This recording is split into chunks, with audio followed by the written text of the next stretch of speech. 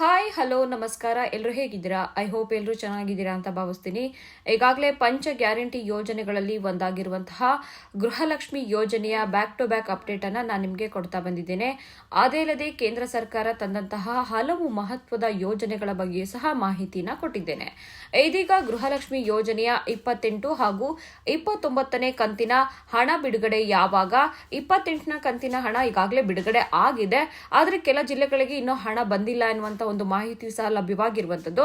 ಹಾಗಾದ್ರೆ 28ನ ಕಂತಿನ ಹಣ ಬಾಕಿ ಜಿಲ್ಲೆಗಳಿಗೆ ಯಾವಾಗ ಬಿಡುಗಡೆ ಆಗುತ್ತೆ? ಅದೇ ಅಲ್ಲದೆ 29ನೇ ಕಂತಿನ 2,000 ರೂಪಾಯಿ ಹಣ ಬಿಡುಗಡೆ ಯಾವಾಗ ಆಗುತ್ತೆ ಅನ್ನುವಂತ ಒಂದು ಮಾಹಿತಿಯನ್ನ ಈ ವಿಡಿಯೋದಲ್ಲಿ ನಾನು ನಿಮಗೆ ಕೊಡ್ತಾ ಹೋಗ್ತೇನೆ. ಅದೇ ಅಲ್ಲದೆ ಈ ಒಂದು ಗೃಹಲಕ್ಷ್ಮಿ ಯೋಜನೆಗೆ ಸಂಬಂಧಿಸಿದಂತೆ ಯಾವ ಯಾವ ಜಿಲ್ಲೆಗಳಿಗೆ ಹಣ ಜಮಾ ಆಗಿದೆ, ಗೃಹಲಕ್ಷ್ಮಿ ಯೋಜನೆಯ ಒಂದು 29ನೇ ಕಂತಿನ ಹಣದ ಒಂದು ಸ್ಟೇಟಸ್ ಅನ್ನ ಯಾವ ರೀತಿಯಾಗಿ ಚೆಕ್ ಮಾಡಬೇಕು ಎನ್ನುವಂತ ಒಂದು ಮಾಹಿತಿಯನ್ನ ಈ ಒಂದು ವಿಡಿಯೋದಲ್ಲಿ ನಾನು ನಿಮಗೆ ಕೊಡ್ತಾ ಹೋಗ್ತೇನೆ. ಅದಕ್ಕೂ ಮುಂಚೆ ಯಾರೆಲ್ಲ ನಮ್ಮ ಡಿಜಿಟಲ್ ಅಸ್ತ್ರ ಯೂಟ್ಯೂಬ್ ಚಾನೆಲ್ಗೆ ಸಬ್ಸ್ಕ್ರೈಬ್ ಮಾಡಿಲ್ಲೋ ದಯವಿಟ್ಟು ಸಬ್ಸ್ಕ್ರೈಬ್ ಮಾಡೋ ಮೂಲಕ ಇದೇ ರೀತಿಯಾಗಿ ಬ್ಯಾಕ್ ಟು ಬ್ಯಾಕ್ ಮಾಹಿತಿಯನ್ನ ಪಡಿಬಹುದಾಗಿದೆ. ಕರ್ನಾಟಕ ಸರ್ಕಾರ ತಂದಂತಹ ಮಹತ್ವಾಕಾಂಕ್ಷಿ ಯೋಜನೆಗಳಲ್ಲಿ ಒಂದಾದಂತಹ ಗೃಹಲಕ್ಷ್ಮಿ ಯೋಜನೆಯ 29ನೇ ಕಂತಿನ ಹಣ ಬಿಡುಗಡೆಯಾಗಿದೆ. ಯಾಕಂದ್ರೆ ಈಗಾಗಲೇ ರಾಜ್ಯದ ಲಕ್ಷಾಂತರ ಮಹಿಳೆಯರು ಕಾತುರದಿಂದ ಕಾಯುತ್ತಿರುವಂತಹ ಗೃಹಲಕ್ಷ್ಮಿ ಯೋಜನೆಯ ಒಂದು 2,000 ರೂಪಾಯಿ ಹಣ ಏನಿದೆ ಅದು ಮಕ್ಕಳ ಮತ್ತು ಮಕ್ಕಳ ಅಭಿವೃದ್ಧಿ ಇಲಾಖೆಯ ಹಂತವಾಗಿ ಈಗಾಗಲೇ ಬಿಡುಗಡೆ ಮಾಡ್ತಾಗಿದೆ. ಈಗಾಗಲೇ ಗೃಹಲಕ್ಷ್ಮಿ ಯೋಜನೆಯ 29ನೇ ಕಂತಿನ ಹಣ 19 ಜಿಲ್ಲೆಯ ಫಲಾನುಭವಿಗಳ ಬ್ಯಾಂಕ್ ಖಾತೆಗೆ ಹಣ ಈಗಾಗಲೇ ಜಮಾ ಆಗಿರುವಂತದ್ದು. ಈಗಾಗಲೇ 28ನೇ ಕಂತಿನ ಹಣವೂ ಸಹ ಜಮಾ ಆಗಿದ್ರೆ, ಆದ್ರೆ ಕೆಲವೊಂದು ಜಿಲ್ಲೆಗಳಿಗೆ ಇನ್ನೂ ಹಣ ಜಮಾ ಆಗಿಲ್ಲ ಎನ್ನುವಂತ ಒಂದು ಮಾಹಿತಿಯು ಸಹ ಲಭ್ಯವಾಗಿರುವಂತದ್ದು. ಯಾಕಂದ್ರೆ ಕರ್ನಾಟಕ ಸರ್ಕಾರವು ಮಹಿಳಾ ಸಬಲೀಕರಣಕ್ಕಾಗಿ ಆರಂಭಿಸಿದಂತಹ ಒಂದು ಪ್ರಮುಖ ಯೋಜನೆ ಅಂದ್ರೆ ಈ ಒಂದು ಗೃಹಲಕ್ಷ್ಮಿ ಯೋಜನೆ. ರಾಜ್ಯದ ಎಲ್ಲಾ ಪ್ರತಿಯೊಬ್ಬ ಅರ್ಹ ಮಹಿಳೆಯ ಒಂದು ಮನೆಯ ಮುಖ್ಯಸ್ಥೆ ಏನಿದ್ದಾಳೆ ಅವರ ಒಂದು ಬ್ಯಾಂಕ್ ಖಾತೆಗೆ ನೇರವಾಗಿ ಈ ಒಂದು 2,000 ರೂಪಾಯಿ ಹಣ ವರ್ಗಾವಣೆಯನ್ನ ರಾಜ್ಯ ಸರ್ಕಾರ ಪ್ರತಿ ತಿಂಗಳು ಮಾಡ್ತಾ ಬಂದಿದೆ. ಈಗಾಗಲೇ 28ನೇ ಕಂತಿನ ಹಣವನ್ನು ಸಹ ರಾಜ್ಯ ಸರ್ಕಾರ ಬಿಡುಗಡೆ ಮಾಡಿರುವಂತದ್ದು. ಇನ್ನು ಕೆಲವೊಂದು ಜಿಲ್ಲೆಗಳಿಗೆ ಹಣ ಬಿಡುಗಡೆ ಆಗಿಲ್ಲ ಎನ್ನುವಂತ ಒಂದು ಮಾಹಿತಿ ಸಹ ಲಭ್ಯವಾಗಿದೆ. ಇದೀಗ ಪ್ರಸ್ತುತ ಬಿಡುಗಡೆಯಾಗಿರುವಂತಹ ಗೃಹಲಕ್ಷ್ಮಿ ಯೋಜನೆಯ ಒಂದು 29ನೇ ಕಂತಿನ ಹಣ ಬಿಡುಗಡೆಯಿಂದ ರಾಜ್ಯದ ಸುಮಾರು 1.2 ಕೋಟಿಗೂ ಹೆಚ್ಚು ಮಹಿಳೆಯರು ಈ ಒಂದು ಪ್ರಯೋಜನವನ್ನ ಪಡಿತಾ ಬಂದಿದ್ದಾರೆ. ಈ ಬಾರಿ ಸುಮಾರು 2,400 ಕೋಟಿಗೂ ಅಧಿಕ ಮೊತ್ತವನ್ನ ರಾಜ್ಯ ಸರ್ಕಾರ ಫಲಾನುಭವಿಗಳ ಖಾತೆಗೆ ನೇರವಾಗಿ ವರ್ಗಾವಣೆ ಮಾಡಿರುವಂತದ್ದು.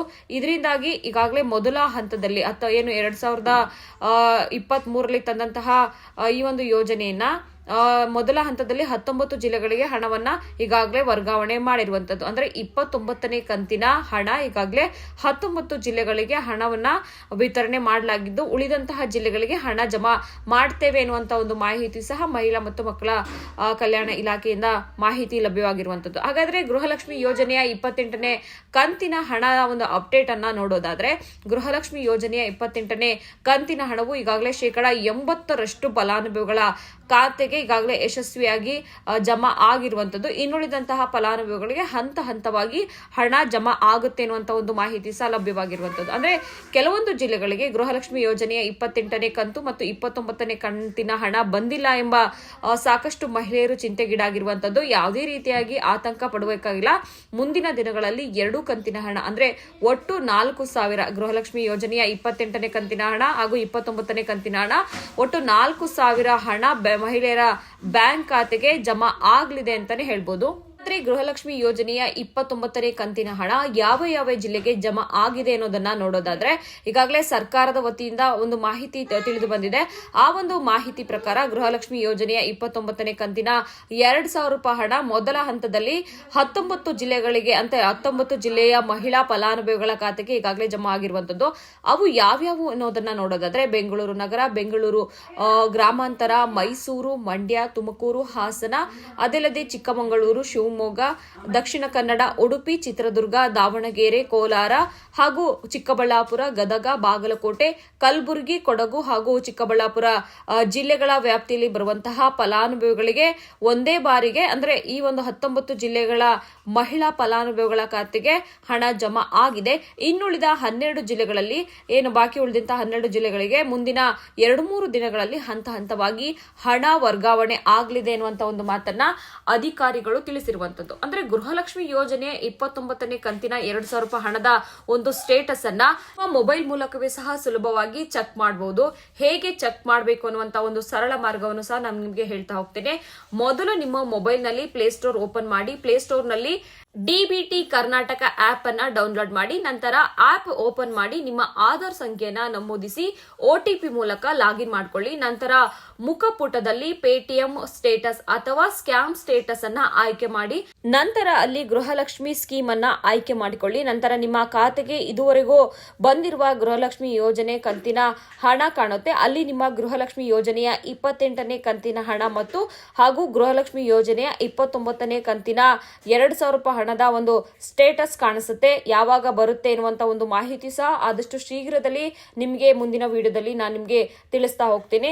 ಇನ್ನು ಮುಂದಿನ ವಿಡಿಯೋದಲ್ಲಿ ಇದೇ ರೀತಿಯಾದಂತಹ ಒಂದು ಮಾಹಿತಿಯನ್ನು ಸಹ ನಿಮಗೆ ಕೊಡ್ತಾ ಹೋಗ್ತೀನಿ. ಇನ್ನು ಸೇವಾ ಸಿಂಧು ವೆಬ್ಸೈಟ್ ಮೂಲಕವೂ ಸಹ ಗೃಹಲಕ್ಷ್ಮಿ ಯೋಜನೆಯ 29ನೇ ಕಂತಿನ 2,000 ರೂಪಾಯಿ ಹಣದ ಒಂದು ಸ್ಟೇಟಸ್ ಅನ್ನ ಚೆಕ್ ಮಾಡುವಂತ ಒಂದು ವಿಧಾನವೂ ಸಹ ನಿಮಗೆ ಹೇಳ್ತಾ ಹೋಗ್ತೇನೆ.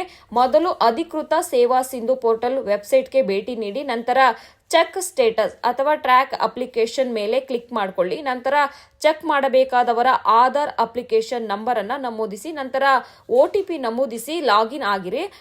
ನಿಮ್ಮ ಒಂದು ಖಾತೆಗೆ ಬಂದಿರುವಂತಹ ಪೇಮೆಂಟ್ ಡೀಟೇಲ್ಸ್ ಮತ್ತು 29ನೇ ಕಂತಿನ ಹಣದ ಒಂದು ಮಾಹಿತಿ ಸಹ ನೀವು ನೋಡಬಹುದಾಗಿದೆ. ಇನ್ನು ಬ್ಯಾಂಕ್ ಮೂಲಕವೂ ಸಹ ಗೃಹಲಕ್ಷ್ಮಿ ಯೋಜನೆಯ 29ನೇ ಕಂತಿನ 2,000 ರೂಪಾಯಿ ಹಣದ ಒಂದು ಸ್ಟೇಟಸ್ ಚೆಕ್ ಮಾಡುವ ವಿಧಾನವನ್ನು ನಾನು ನಿಮಗೆ ಹೇಳ್ತೀನಿ. ನಿಮ್ಮ ಹತ್ತಿರದ ಬ್ಯಾಂಕ್ ಶಾಖೆಗೆ ಹೋಗಿ ನೀವು ಬ್ಯಾಂಕ್ ಪಾಸ್ಬುಕ್ ನ ಒಂದು ಎಂಟರ್ ಮಾಡಿಸಿದ್ರೆ ಹಣ ಬಂದಿದೆಯಾ ಇಲ್ವಾ ಅನ್ನೋದನ್ನ ಸಹ ಚೆಕ್ ಮಾಡ್ಕೊಳ್ಬಹುದು. ಅಥವಾ ATM ಮೂಲಕವೂ ಸಹ ನೀವು ಹಣ ಬಂದಿದೆಯಾ ಇಲ್ಲೋದನ್ನ ಪರಿಶೀಲನೆ ಮಾಡ್ಕೊಳ್ಬಹುದು. ಇನ್ನು ಇದುವರೆಗೂ ಸಹ ಸಾಕಷ್ಟು ಮಹಿಳೆಯರು ಕೇಳ್ತಿರುವ ಒಂದು ಪ್ರಶ್ನೆ ಏನು ಅಂದ್ರೆ ಗೃಹಲಕ್ಷ್ಮಿ ಯೋಜನೆಯ 28ನೇ ಕಂತಿನ 2,000 ರೂಪಾಯಿ ಹಣ ಹಾಗೂ 29ನೇ ಕಂತಿನ 2,000 ರೂಪಾಯಿ ಹಣ ಯಾಕೆ ಇನ್ನು ನಮ್ಮ ಖಾತೆಗೆ ಬಿಡುಗಡೆ ಆಗಿಲ್ಲ ಅನ್ನುವಂತ ಒಂದು ಪ್ರಶ್ನೆಯನ್ನ ಕೇಳ್ತಾ ಇದ್ದಾರೆ. ನಿಮ್ಮ ಒಂದು ಬ್ಯಾಂಕ್ ಖಾತೆಗೆ ಹಣ ಜಮಾ ಆಗದಿರಲು ಹಲವಾರು ಕಾರಣಗಳಿವೆ. ಅವುಗಳನ್ನ ಪ್ರಮುಖವಾಗಿ ಈಗ ವಿಡಿಯೋದಲ್ಲಿ ಹೇಳ್ತಾ ಹೋಗ್ತೇನೆ.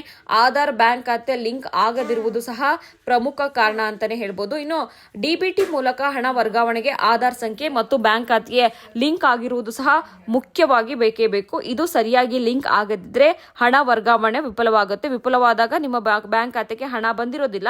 ಇನ್ನು ಹೆಸರು ತಪ್ಪಾಗಿರುವಂತದ್ದು ಅಂದ್ರೆ ಬ್ಯಾಂಕ್ ಖಾತೆಯಲ್ಲಿ ನಿಮ್ಮ ಹೆಸರು ಹಾಗೂ ಆಧಾರ್ ಕಾರ್ಡ್ ಮತ್ತು ರೇಷನ್ ಕಾರ್ಡ್ ಮೂರನಲ್ಲೂ ಸಹ ನಿಮ್ಮ ಹೆಸರು ಒಂದೇ ರೀತಿಯಲ್ಲಿ ಇರಬೇಕು. ಇಲ್ಲದಿದ್ರೂ ಸಹ ಹಣ ಜಮಾ ಆಗೋದಿಲ್ಲ.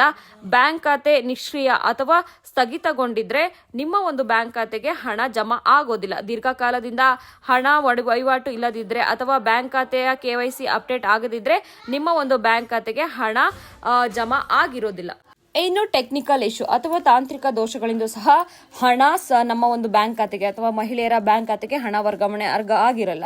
ಸರ್ಕಾರದ ಸರ್ವರ್ ಸಮಸ್ಯೆ ಇರಬಹುದು ಅಥವಾ ಬ್ಯಾಂಕ್ನ ತಾಂತ್ರಿಕ ಲೋಪದಿಂದಾಗಿಯೂ ಸಹ ನಿಮ್ಮ ಒಂದು ಬ್ಯಾಂಕ್ ಖಾತೆಗೆ ಹಣ ಜಮಾ ಆಗದೇ ಇರುವಂತಹ ಪ್ರಮುಖ ಕಾರಣ ಅಂತಾನೆ ಹೇಳ್ಬೋದು. ಸರಿಯಾಗಿ ಒಂದು ವೇಳೆ ಇನ್ನೂ ಕೂಡ ನಿಮ್ಮ ಒಂದು ಬ್ಯಾಂಕ್ ಖಾತೆಗೆ ಹಣ ಜಮಾ ಆಗದೇ ಇದ್ದರೂ ಸಹ ಯಾರು ಸಹ ಚಿಂತೆ ಮಾಡಬೇಕಾಗಿಲ್ಲ.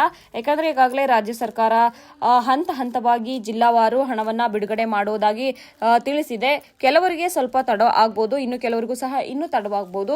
ಯಾರು ಸಹ ಆತಂಕಕ್ಕೆ ಈಡಾಗಬೇಕಾಗಿಲ್ಲ. ಸಾಮಾನ್ಯವಾಗಿ ಈಗಾಗಲೇ ಮುಖ್ಯಮಂತ್ರಿ ಸಿದ್ದರಾಮಯ್ಯನವರು ಇರ್ಬೋದು, ಲಕ್ಷ್ಮೀ ಹೆಬ್ಬಾಳ್ಕರ್ ಇರ್ಬೋದು, ಅದಲ್ಲದೆ DCM DK ಶಿವಕುಮಾರ್ ಇರ್ಬೋದು ಸಹ ಈಗಾಗಲೇ ಯಾವುದೇ ರೀತಿಯಾದಂತಹ ನಮ್ಮ ಒಂದು ಪಂಚ ಗ್ಯಾರಂಟಿ ಯೋಜನೆಗಳನ್ನ ನಾವು ಸ್ಥಗಿತ ಮಾಡಲ್ಲ. ಬಿಜೆಪಿ ಯಾವುದೇ ರೀತಿಯಾದಂತಹ ಒಂದು ಷಡ್ಯಂತ್ರವನ್ನು ಮಾಡಿದ್ರು ಸಹ ನಾವು ಹಂತ ಹಂತವಾಗಿ ಹಣವನ್ನ ಜಮಾ ಮಾಡ್ತೇವೆ ಅನ್ನುವಂತ ಒಂದು ಮಾಹಿತಿಯನ್ನ, ಮುಖ್ಯವಾದಂತಹ ಒಂದು ಮಾಹಿತಿಯನ್ನ ಈಗಾಗಲೇ ಹಲವು ಬಾರಿ ಮಾಧ್ಯಮಗಳ ಮುಖೇನ ಹಂಚಿಕೊಂಡಿರುವಂತದ್ದು. ಹೀಗಾಗಿ ಸಾಮಾನ್ಯವಾಗಿ ಹಣ ಜಮಾ ಆಗ್ಲೂ 2 ರಿಂದ 5 ದಿನಗಳು ಸಮಯ ಹಿಡಿಯುತ್ತೆ. ಆದ್ರಿಂದಾಗಿ ಸ್ವಲ್ಪ ದಿನ ಕಾಯುವುದು ಒಳ್ಳೆಯದು. ಯಾವ ಮಹಿಳೆಯರು ಸಹ ಆತಂಕಕ್ಕೆ ಈಡಾಗಬಾರದು. ಎಲ್ಲರಿಗೂ ಸಹ ಒಂದೇ ಸಮಯದಲ್ಲಿ ಹಣ ಜಮಾ ಆಗೋದಿಲ್ಲ. ಕೆಲವರಿಗೆ ಮೊದಲಾದ್ರೆ ಇನ್ನು ಕೆಲವರಿಗೆ ತಡವಾಗಿ ಆಗುತ್ತೆ, ನಂತರ ಸಿಗುತ್ತೆ.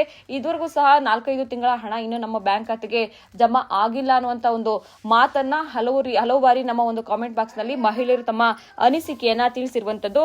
ಈಗಾಗಲೇ ನಾನು ಹಿಂದೆಯೂ ಸಹ ಹೇಳಿದ್ದೇನೆ, ಯಾರು ಸಹ ಆತಂಕ ಪಡಬೇಕಾಗಿಲ್ಲ. 5 ರಿಂದ 7 ದಿನವಾದರೂ ಸಹ ಹಣ ಬರದಿದ್ರೆ ನಿಮ್ಮ ಒಂದು ಬ್ಯಾಂಕ್ ಅಥವಾ ಸಂಬಂಧಿಸಿದ ಕಚೇರಿಗಳಿಗೆ ಸಂಪರ್ಕಿಸಿ ನೀವು ಅಲ್ಲಿನ ಒಂದು ಸ್ಟೇಟಸ್ ಅನ್ನ ತಿಳಿದುಕೊಳ್ಬಹುದು. ಈಗಾಗಲೇ ಕೆಲವೊಂದು ಜಿಲ್ಲೆಗಳಿಗೆ 28ನೇ ಕಂತಿನ ಹಣ ಬಿಡುಗಡೆ ಆಗಿದ್ರೆ ಇನ್ನು ಕೆಲವು ಜಿಲ್ಲೆಗಳಿಗೆ 29ನೇ ಕಂತಿನ ಹಣ ಬಿಡುಗಡೆ ಆಗಿದೆ. ಈ ತಿಂಗಳು 30ನೇ ತಾರೀಕಿನ ಒಳಗೆ ಎಲ್ಲಾ ಫಲಾನುಭವಿಗಳಿಗೂ ಸಹ 28 ಹಾಗೂ 29ನೇ ಕಂತಿನ ಹಣ ಬಿಡುಗಡೆ ಆಗುತ್ತೆ. ಸಾಮಾನ್ಯವಾಗಿ ಪ್ರತಿ ತಿಂಗಳ ಅಂತ್ಯದ ವೇಳೆಗೆ ರಾಜ್ಯ ಸರ್ಕಾರವು ಕಂತುಗಳನ್ನ ಬಿಡುಗಡೆ ಮಾಡ್ತಾನೆ ಬಂದಿದೆ. ಹಾಗಾಗಿ 28 ಹಾಗೂ 29ನೇ ಕಂತಿನ ಹಣ ಏಪ್ರಿಲ್ 30ರ ಒಳಗೆ ಎಲ್ಲಾ ಜಿಲ್ಲೆಗಳಿಗೂ ಸಹ ಬಿಡುಗಡೆ ಆಗುತ್ತೆ ಎನ್ನುವಂತ ಒಂದು ಮಾಹಿತಿ ಲಭ್ಯವಾಗಿರುವಂತದ್ದು. ಇದೇ ರೀತಿಯಾಗಿ ರಾಜ್ಯ ಹಾಗೂ ಕೇಂದ್ರ ಸರ್ಕಾರ ತಂದಂತಹ ಹಲವು ಮಹತ್ವದ ಯೋಜನೆಗಳ ಬಗ್ಗೆ ಮುಂದಿನ ವಿಡಿಯೋದಲ್ಲೂ ಸಹ ಇದೇ ರೀತಿಯಾದಂತಹ ಮಹತ್ವದ ವಿಷಯಗಳನ್ನ ನಾನು ನಿಮ್ ಜೊತೆಗೆ ಹಂಚಿಕೊಳ್ತೇನೆ. ಈ ಒಂದು ವಿಡಿಯೋ ನಿಮ್ಗೆ ಇಷ್ಟವಾಗಿದ್ರೆ ಲೈಕ್ ಮಾಡಿ, ಶೇರ್ ಮಾಡಿ. ಮತ್ತೆ ಸಿಗೋಣ. ಧನ್ಯವಾದಗಳು.